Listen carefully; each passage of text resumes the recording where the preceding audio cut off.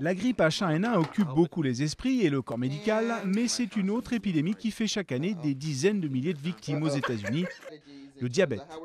Léonard a été diagnostiqué soudainement il y a quelques mois. Son corps ne produit plus assez d'insuline. Il risque l'évanouissement et même le coma s'il ne prend pas son traitement. Je prends de l'insuline 6 fois par jour, 4 injections et 2 cachets. Léonard souffre du diabète de type 2, celui qui n'est pas génétique mais qui vient d'une très mauvaise alimentation. L'augmentation de ce type de diabète depuis 20 ans est alarmant. Un Américain sur 8 en est atteint. L'idée reçue sur le diabète, c'est que si on mange trop de sucre, on devient diabétique. Eh bien, ce n'est pas le sucre qui provoque le diabète, c'est la prise de poids. Est-ce que je peux me permettre quelques écarts? Oui, c'est bon pour Thanksgiving, mais après ça, vous revenez à une alimentation saine, d'accord?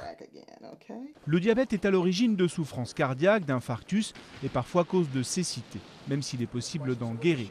Bruce Milligan, diabétique depuis 25 ans, a réussi à perdre 35 kilos en se mettant à un régime faible en calories et en marchant tous les jours 3 km. Pour lui, fini les piqûres d'insuline.